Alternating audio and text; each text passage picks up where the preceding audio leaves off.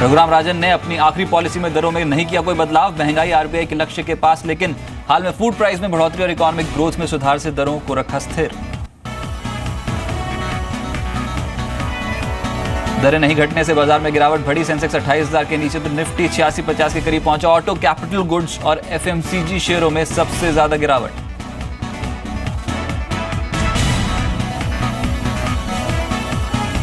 कमजोर बाजार में भी सरकारी बैंकों में तेजी। एनपीएस के मुद्दे पर सरकार और आरबीआई के बीच तालमेल और आरबीआई गवर्नर के बयान से भी मिला सपोर्ट।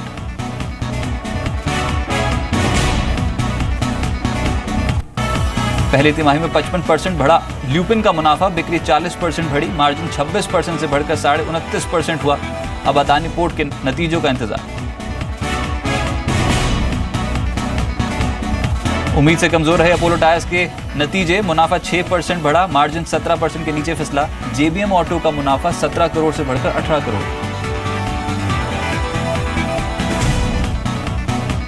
खराब नतीजों के बाद आइडिया का शेयर 6% से ज्यादा टूटा। पहली तिमाही में मार्जिन गिरा। डेटा कारोबार पर भी दिखा दबाव। HDFC life max life deal के बाद मैक्स इंडिया का शेयर 3% से ज्यादा गिरा। डील के तहत मैक्स लाइफ के 2.33 शेयर के बदले एचडीएफसी लाइफ का 1 शेयर मिलेगा। 1 साल में लिस्ट होगी एचडीएफसी लाइफ। सोने चांदी की कीमतों में सीमित दायरे का कारोबार। एमसीएक्स पर सोने का भाव 31,100 रुपए के करीब। चांदी में 46,000 के आसपास कारोबार। एसपीडीआर गोल्ड ट्रस्ट की गोल्ड होल्डिंग 0.5% से ज्यादा घटी।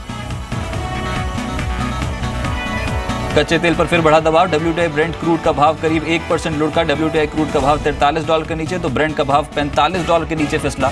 बाजार में ओवर सप्लाई की चिंता फिर हावी।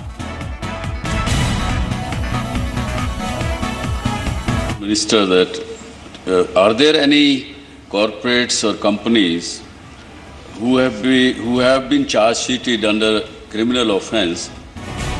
दागी बिजनेस ग्रुप की लोन माफी पर संसद में उठे सवाल। राज्यसभा सांसद डॉक्टर सुभाष चंद्रा ने पूछा, सरकार बताए आपराधिक मुकदमे के बावजूद किन किन कंपनियों के हुए लोन माफ।